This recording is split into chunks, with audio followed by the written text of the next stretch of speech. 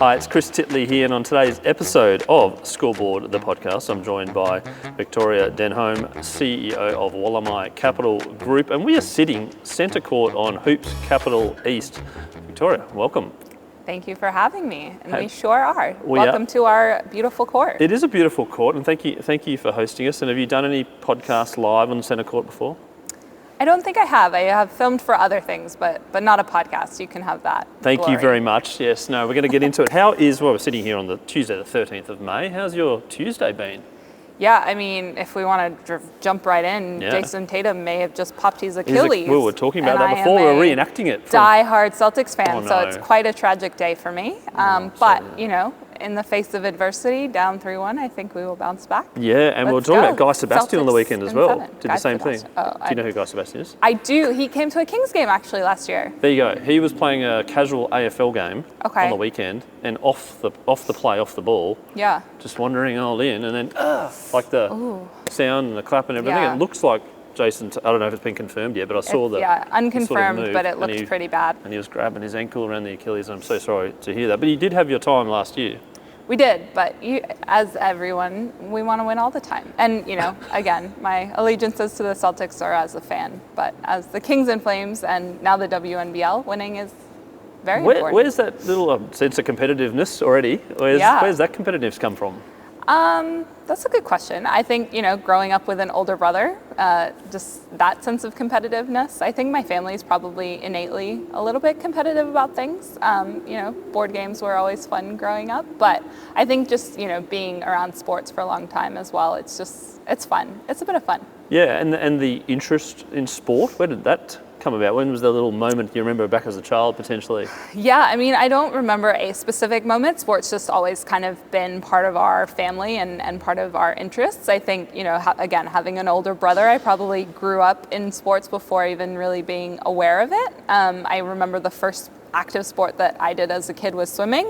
We were swimming from a very young age here in Sydney, but the first organized team sport I played was softball and then basketball when we moved to the US. You moved to the US, but before we get to that, the team versus individual sport, what did you like the best?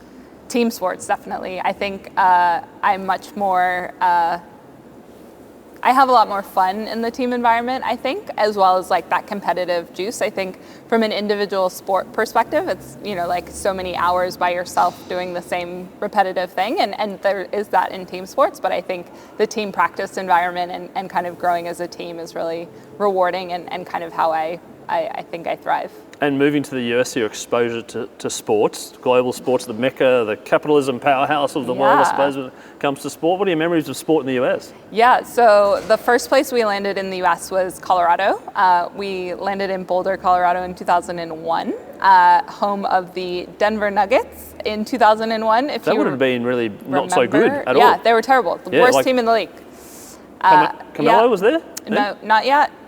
Their best player was Shvedishvili, if I'm not butchering his name. Then Juwan Howard for a moment in time. They were terrible. But they were in the 2001 NBA, so we got to see Allen Iverson come through. We got to see Shaq and Kobe come through. We got to see Michael Jordan on the Wizards Allen Iverson for the Nuggets, that's right, yes. Yeah. Yep. No, he wasn't on the Wizards. The visiting team. The visiting teams, of course, yes. Fun teams to watch for the visiting teams. That's right. And so you grew up watching some of these players, and you mentioned Kobe, you said? Yeah, right? Kobe and Shaq, they came through as well. Yep. And playing sport over there? Did you play sport over there? Yeah, I mean, swimming very quickly stopped when we moved to Colorado. I'm sure you can imagine temperature and swimming were not very compatible. Yep. But I think, team sports was really, and that was kind of the age where I, you know, again, played as many sports, mostly for my school, that I could. And basketball was very much the highlight of the year, and kept playing. I mean, that was fourth grade for me, so I was quite young and played basketball through high school, and then in high school did what a lot of athletes do and choose the sport they're better at as opposed to the sport that they like more. And so I pursued lacrosse through high school, and very US-centric college system lacrosse. Yes. You enjoy it because of the fast pace. Although it's an upcoming Olympic sport, which is great to see. Yep. What is it about sport that sort of attracted you to play it firstly and to be a follower as well? Yeah, I mean, I don't remember a specific moment where I, chose to I feel like it's just something I've always done, but I definitely feel it even as an adult, like missing playing. I still play socially, and to me, it's both the social community element as well as like the fun and the outlet as well. It doesn't really matter what's happened in a day when you get on the court. You're just focused on that task at hand, and I think that that's just kind of a really good way to reset your central nervous system, as well as the social elements of seeing your friends and playing a sport. Let's talk Wollemi Capital Group for a second here. What is it? When was it formed? What are the principles and values, and what are you doing at the moment? Yeah, so Wollemi Capital Group is our family office. We were formed almost 5 years ago, and very much are impact focused in the way we deploy capital. And so we have 3 kind of core pillars for us. The first is climate and the environment, and we invest across asset classes, everything from early stage tech that we think will really disrupt the climate ecosystem, all the way through to large scale renewable energy projects to really accelerate that energy transition that we think the world is facing a really big climate challenge. And so for us, that is really important, both from a thing that we care about, but also from a capital deployment. Like, there needs to be a lot of money spent to accelerate that change. The second pillar for us that's really important, and again, impact focused and kind of ironic to be talking about in 2025, but is diversity.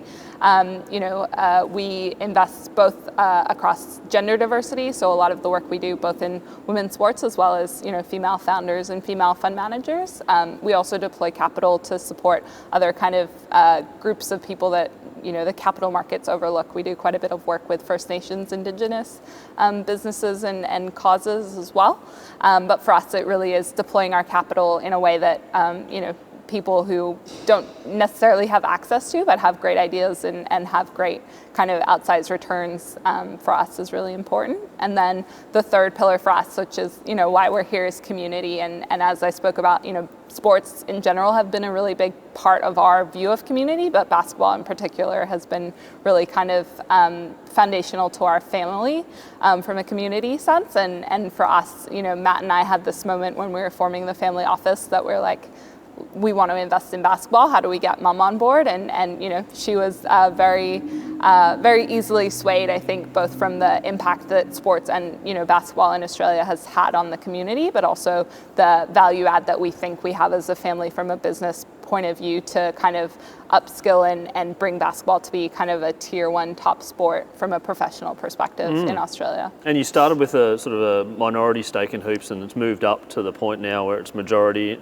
And then the big announcement about the acquisition of the WNBL, which kind of put Wollemi a little bit more in the public focus around that. Can you talk about thinking about that before that happened, the idea around it, and sort of being a fly on the wall in some of the early discussions? Yeah, absolutely. I mean, they all kind of intertwined, and Mum has spoken about the famous LinkedIn message she sent to Paul Smith, the former majority owner and now minority owner of Hoops Capital, and really kind of the person who brought the Sydney basketball teams back together. Obviously, in the early 2000s, they were under the same banner and then split up, and to bring back the Flames and Kings under the one ownership group, and try and really kind of cement professional basketball in Sydney as kind of a reaching thing was really his idea, and Mum reached out to him and said we wanted to get involved, and it happened quite quickly, to be honest. And part of the minority view was none of us had ever worked in sports before. We'd always kind of been fans or on the outside, and so for us to learn from him and to understand a little bit about is this something that we actually want to do, was really invaluable. I think part of that and part of seeing the Flames and the Kings, it became very obvious very quickly the discrepancies between the two leagues and how they're run and the trajectories that they were on, right? Like the NBL is coming off of massive growth, massive investment, massive, sellouts and fan reach, and, the Kings have this incredible platform. And then I would meet people in, the investment world or the family office world or the startup world and be like, oh yeah, we have the Flames. And they'd be like, what is that? Is that a netball team? Is that a soccer? And it's just the brand reach and kind of of knownness of the WNBL just wasn't there. So many people in the basketball world call the WNBL the best kept secret in sports, and it's like, well, why is it a secret? It's supposed to be this, far-reaching, marketable commercial league, and I think that was just kind of very evident very early on, having both the Kings and Flames, and so for us, we kind of identified the opportunity, and I remember coming to my mom and saying, hey, I think there's an opportunity there, and it's so broken, and my mom has this kind of rule: if you're going to complain about something more than once, you have to be willing to fix it. And so that was really kind of the genesis of where the WNBL opportunity and us putting our hands up to get involved was really, we care about this league and we care about women's basketball, and the opportunity is massive, right? You just have to look at women's basketball, globally in the US right now. There's this massive rocket ship taking off, and we have the talent, we have the resources, we have, the market here to be able to also capitalize on that, but it's just being missed because of, a bit of investment. And so for us, that is really kind of foundational to where we're trying to take that league. Interviewing a number of business leaders over the course of my career, one of the most important traits that they've come across is resilience. And looking at the WNBL, like in 1981, so I'm an 81 baby, and it was the same year as the WNBL was created. It's the longest standing women's league in Australia, if not it's older than the WNBA. Yes, and it's seen tough times, but it's kept going. Yeah. Right, it's still around. The team names have changed and the teams have come in and out, but the league has consistently, and continuity, another sort of trait that you want in sport and in teams, etc., been around now. How much of the past do you look at? How much to the future do you look at, I suppose, to kind of drive this thing to be the next 45 years? Yeah, I mean, for us, you're absolutely right. The resilience and kind of the impact that league has had on both the talent coming through, but also, to your point, it's the longest running women's professional sporting league in this country. And again, like I said, in 2025, it feels weird talking about diversity, but we have moved so fast as a society that, I don't necessarily know all the backstory, but like we're moving very quickly to a world where, female and male athletes are considered the same, and that wasn't necessarily true even 5-6 years ago. And so for me, we don't want to lose sight of that, and we don't want to lose the history and legacy of this league, but what we do want to do is pour some rocket fuel and grow it.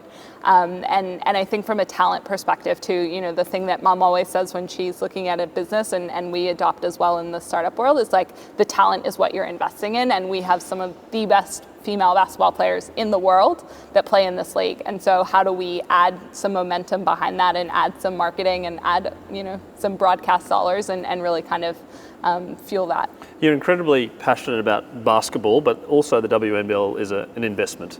It's Absolutely. Money, right? So you potentially want to get a return, I would think, on your investment. How do you balance the act of business versus love?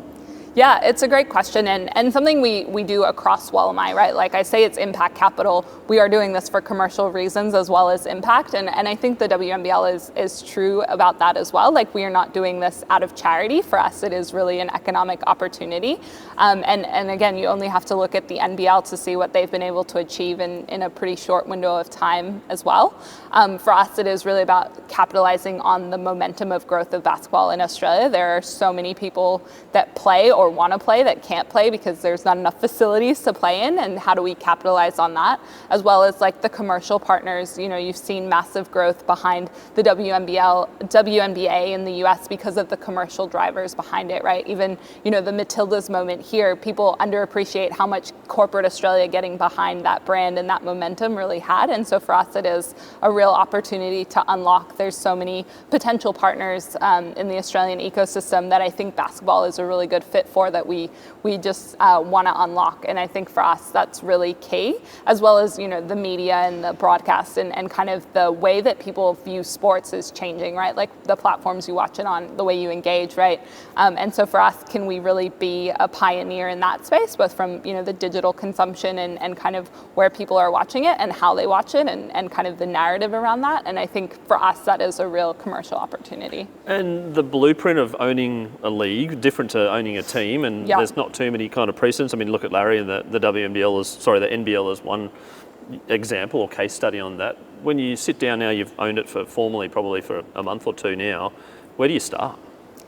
Yeah, it's a great question. I think for us, we very much went on a learning tour while we were kind of negotiating the deal and getting to April 2nd. We had that date kind of flagged for a long time. And not April 1, right? Because not April 1, it's not a joke. And we actually ended up signing a couple days later, so I forget the actual date, but early April. And so for us, we did what we would do with any business. We went and met with a bunch of, like-minded people to learn from. I think the WNBA was a really, big kind of wealth of knowledge that we tapped in, both into some of the things that they did that didn't work and some of the things that they've adapted to and how have they kind of grown so much in the last 18 months.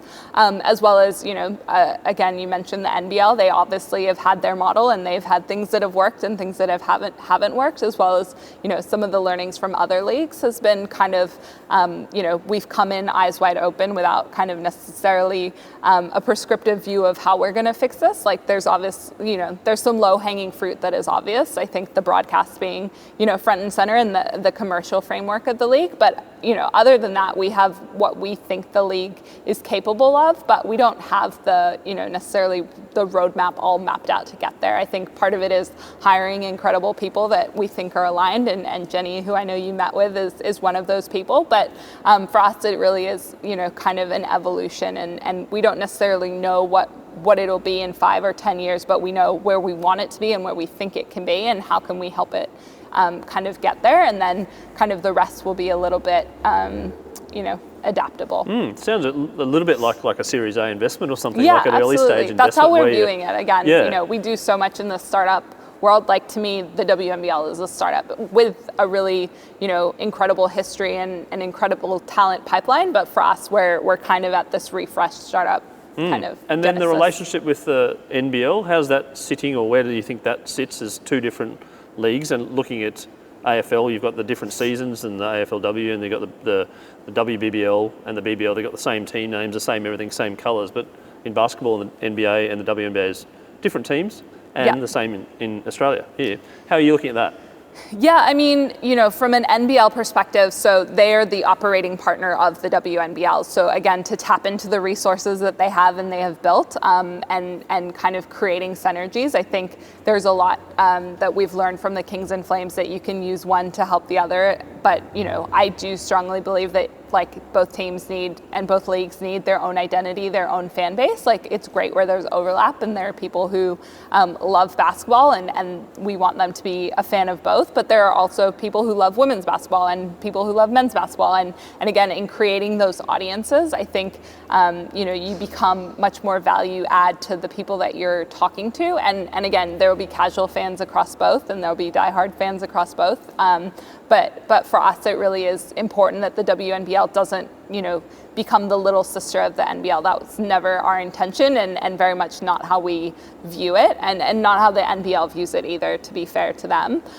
For us, it really is, it's its own thing, and there are, synergies. It's the same sport, but there's also some really crucial differences. And you've made a change early, which has been allowed and seen by a lot of people in terms of the collective bargaining agreement, in terms of raising the minimum wage. Can you talk about the thought process behind that? And as you said before, getting the Flames and the Kings and other, men's and women's sport up to equal. Yeah, I mean, I think for us, and I talked about it, the talent is crucial, and it's part of the reason that we're so excited by the opportunity. But, it's no secret that women, collectively as professional athletes, but in basketball is no different. They haven't necessarily, gone from a place of growth from a salary perspective, and so the CBA was really for us really important to show the athletes that we want to invest in them. But it was also important from a 4-year window point of view. For the last 4 years since we've been involved, we've had a 1-year kind of rollover, and there's so much uncertainty that causes, both from a club perspective as well as a player perspective. And so for us, it was really kind of being very loud and intentional with that, and again, trying to get to that minimum wage pay parity was really, really important. But we still have work to do, and again, we very much come from this place of growth and opportunity, and we see this huge opportunity from an investment perspective, and we want the athletes to be part of that, and we want them to reap the rewards. It's very much not. We really think that like rising, what's the saying? The rising tide lifts all boats, lifts all boats, and Yep. and we want our athletes to be part of that. We want our clubs to be part of that. It's not a matter of us just sitting at the top, sitting pretty. It really is growing the whole ecosystem. And for us, the biggest challenge we have right now is the amount of Australian incredible athletes that we lose overseas, right? And so if we can, start making inroads to getting some of that incredible talent back playing in Australia, it's just going to help us achieve what we want faster. And Victoria, you mentioned the word ecosystem, but taking it back to the grassroots basketball has exploded in terms of the numbers of participation. I think there was, I think your brother might have mentioned there's 150 courts that are short every weekend, and also at some point in time we see women drop off playing sport, etc. How are you looking at the grassroots as an owner of the league now?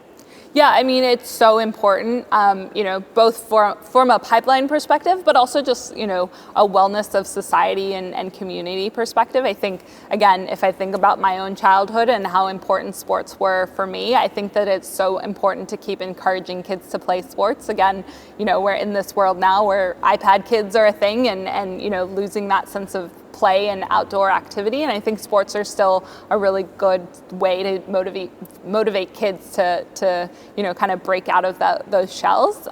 So for us, they're really important. I think as well from a community perspective, like basketball reaches a lot of communities that other sports don't.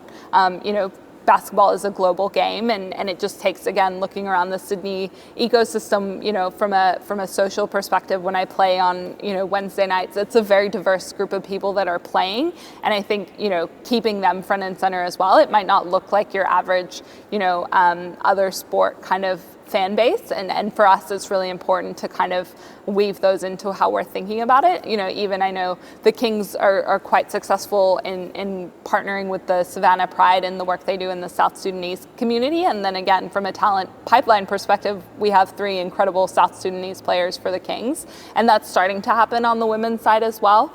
There's obviously some challenges, and pay is a really big piece of that, and having a viable professional career that can pay the bills, I think, is a really big piece of that.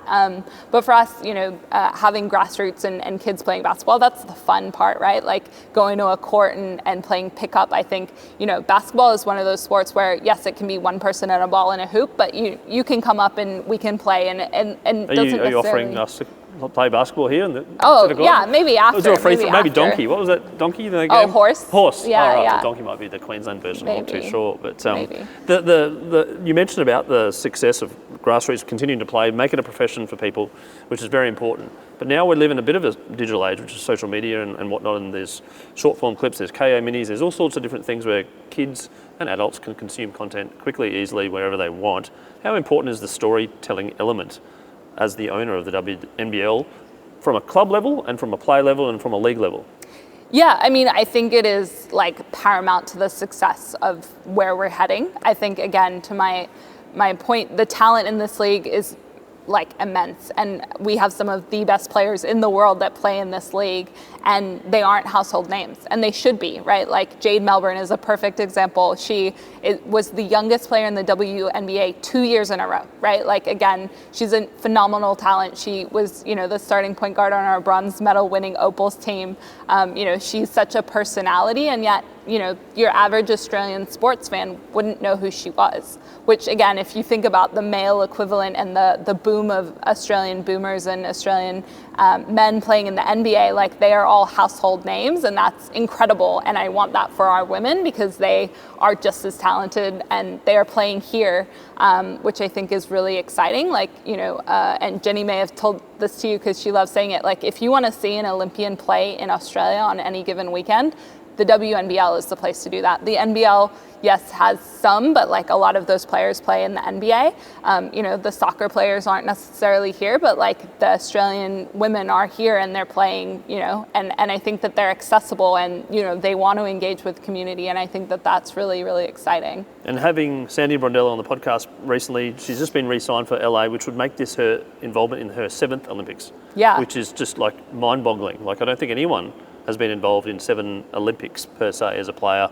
as well as a coach. And that elusive gold medal that she talks about of trying to get Australia there, I think she's itching and biting it. And if that happens in LA, where do you think basketball could go as well. Yeah, I mean, it would be massive to do it in LA. It would be, again, massive to back it up and do it again in Brisbane. I think, we see a spike in Olympic sports around the Olympics, and for us, that is really so exciting. I think, Sandy is incredible in her own right? She's just won in the WNBA. She's won at kind of every twice with level. Phoenix and New York, and then twice as a player and as a coach. Yeah, exactly. She's won at every level, and she is so great at giving back to the ecosystem as well. She's helping bring other coaches up with her. She's helping bring players. Again, I think we just had more Australian women in training camps in the WNBA than we've had maybe since kind of the early days. And so for us, that is really, exciting news. Why isn't that, what all of the mainstream media outlets are covering, and how do we get that story? And even Sandy, again, she is incredible, and she's well known in basketball circles, but how many of your average sports fans know about her? And so for us, that player and coach and people around the game storytelling piece is so crucial. You see, again, when the ingredients are there and the success is there, you see what can happen with the Matildas, right? Like, nobody knew Mary Fowler's name before that World Cup, really. Sam Kerr, yes, but a lot of those other Matildas weren't really household names, and now they all are, and that's what I want for basketball. Yeah, and bringing some of those past players that played in the WNBL that have gone on to do different things, and the legacies that they've left behind them, how do you get them involved? How do you get, I suppose, the buy-in from everyone, and also the feedback you get from people? How are you absorbing it all? Yeah, it's a great question. And the thing about sports that we've learned, I mean, especially in the clubs business, everyone has an opinion, good or bad. And when you're winning, people's opinions are happier than when you're not winning. And, so like that just comes with the nature of sports and the passion that people have for sports. And I think that that's, the exciting unlock. There needs to be a better way for us to get a lot of that feedback. I think we're getting it kind of anecdotally at the moment. And again, that's one around fan engagement that I think Jenny will definitely tackle. And I'm sure her, her background in kind of the social media space will really help her unlock that.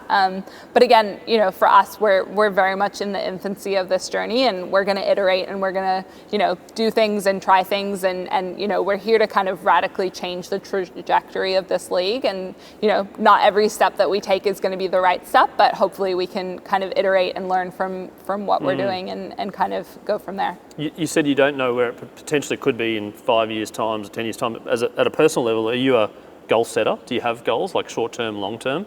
Yeah, I mean, I think there's some very low-hanging fruit goals from my perspective for the WNBL. Sorry, I just touched the microphone. That's all right. It's a dunk, but it's authentic, right? I think, the obvious one is I want as many people watching Flames games as Kings games. And again, that's the example in my backyard. But I think that, like, the audience reach for the WNBL, there's no reason it can't mirror the men's game in this country. And so for me, that is very much a goal, as well as kind of that household name. Again, I'll give you another example. I caught up with Tess Madgen 2 weeks after the Paris Olympics at a coffee shop in Melbourne, and I was so excited to see her. She literally pulled her bronze medal out of her bag to show me, and we're in this very busy coffee shop in South Yarra, and I don't think anyone in there knew who she was.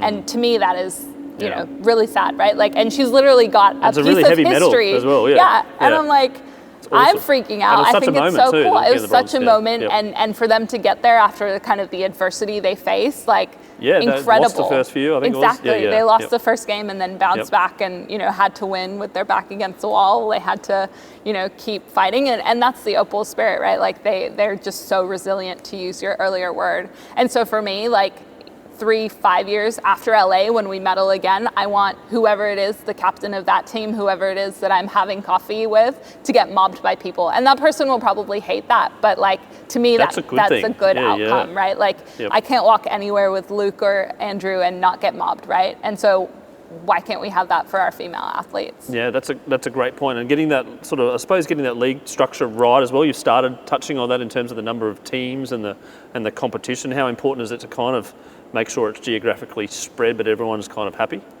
Yeah, I mean, it's an interesting challenge. If you look at the split of WNBL teams at the moment, we're more than half regional, which again, if you were starting with a blank sheet of paper, I don't know if that's what you would do. Maybe it is, maybe it isn't. And so for us, we have this real authentic opportunity to tap into regional Australia in places where there aren't other professional teams or there's very few. And so for us, how do we kind of make sure that we're talking to that audience, and again, the grassroots community programs in the regional communities are really important, and some of the clubs do it incredibly well. Townsville has had so much success, right? Their social media is unbelievable as well. Their community reach is incredible, and you now see it, like they have an incredible pipeline of talent, both playing in the league domestically as well as going to US colleges out of Townsville, right? Like they definitely punch above their weight, and I'm sure it is 100% because of that team and what they do in community, and so we have a real opportunity to do that. I think, from a landscape perspective, there are some very glaring holes from a capital cities perspective that we would love to address, as well as just, kind of putting our kind of mark on improving the teams that we do have while then also expanding. Yeah. Is that lawnmower in the way? Well, that's right. Again, authentic. We're right in the heart of Sydney here at Centre Court. We're hearing lawnmowers go past. How good. Christine did talk about the Jack Jumpers and the Tasmanian team, and obviously being from Brisbane, we haven't had a team for 20 odd years, so there's some considerations to think about there. Yeah, absolutely. I mean, especially when we go back to the venues conversation, right? Like there's so many incredible venues being popped up in Brisbane around the Olympics. Obviously the Jack Jumpers too, like what they've done with their venue down there.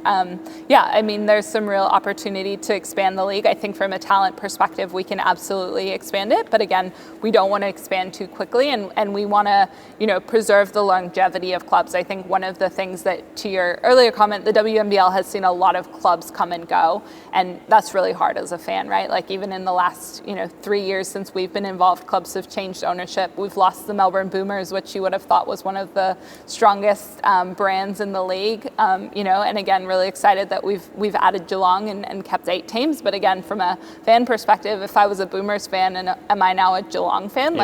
You're out a little bit. Not if you're AFL for sure. Definitely not if you're AFL. Yeah, exactly. And trade in your purple for some blue, and so from a fan perspective, having that kind of certainty that your team's going to be there next year and that, they're going to be competitive and they're going to grow, I think that's really, really important to the success of the league long term. And Christine also talked about the game day experience. What are you thinking about the game day experience to be maybe a little bit different to the NBL? Yeah, I agree with her without knowing exactly what she said. I think, she said like getting people to the games, the hard part. When they get there, they love it. Yeah, absolutely. I've never brought someone to a WNBL game and not converted them into a fan. Like it is really fun. It's really authentic. It's really easy to watch. Like it's really competitive. And so from my perspective, that's the easy part once they're there, but it's getting them there. And I think it's too just understanding our audience and how do we talk to them. Again, if I think about the Kings and Flames example, there are things that work really, really well on Flames game day. We have, sign making competitions and things that like really get creative juices flowing, and like the fans that come to our Flames games love that. We have face painting and things like that. Would that work on a Kings audience? I'm not sure. And so for us, it is trying to experiment and kind of do that. I think, something that the US does really well, especially for, some of their other leagues, like they really innovate on their game day experience. And so how can we kind of take some of those learnings and kind of really create this festival of you're coming to a game and it's a lot of fun and, you want to be there. I think there's some real opportunities for us. And the integration on activations with sponsors as well. Absolutely. Like the NBA last year was one of the guys deliberately missed a free throw to kind of get free chicken wings for everyone like that. Yes. It's kind of like this, this tie-in with business as well. How are you thinking about that in terms of getting a sponsor, major sponsors, lots of sponsors, etc., and their role in kind of just not popping up for 1 year, being a little bit, continuous? Yeah, absolutely. We want people to come on this journey with us. And again, from a sponsor perspective, you're getting in early. And I think that is really important. Again, we want people who are values aligned. Getting in early, even though it's been around for so long, but getting in early with the new ownership group. Getting in early with the new ownership group and getting in early with where we're going. Yes. I think is really, you're right.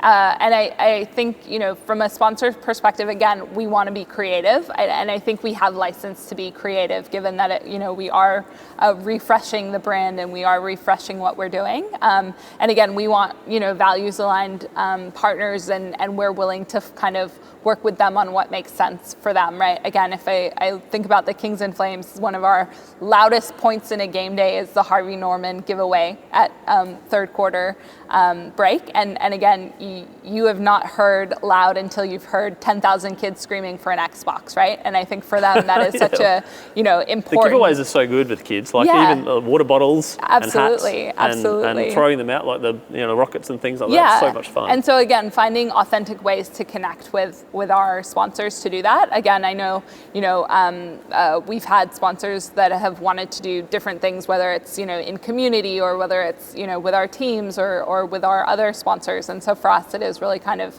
connecting that patchwork.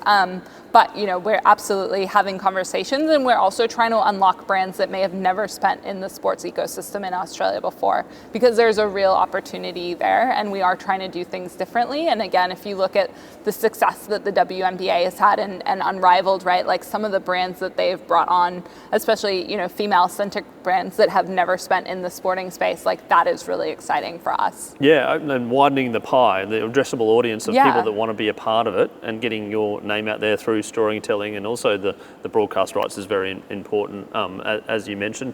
Victoria, I'm going to touch on you for a second, your life. We do this thing called the Scoreboard moment, where it's a moment in your life whereby it's pretty vivid. It's a memory. You go, I remember that clearly, and from that moment, something changed. Your Scoreboard moment.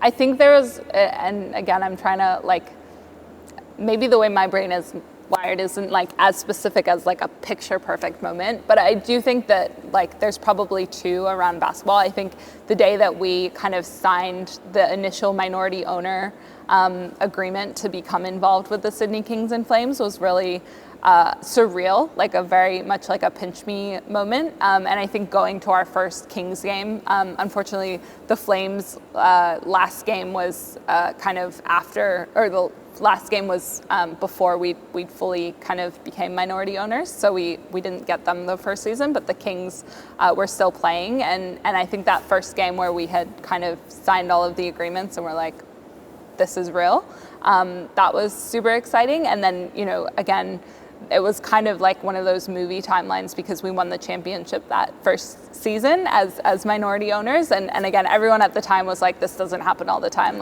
don't take this for granted, but there are definitely moments, especially with my brother Matt, where I would just be like, wow, this is cool. And so I think for me that was probably a surreal moment. And then I think from a WNBL perspective, it was such a drawn out process, negotiating first the term sheet and then the NBIO and then the transaction, and the legal mechanics of the transaction kind of probably took away from the gravity of what we were doing.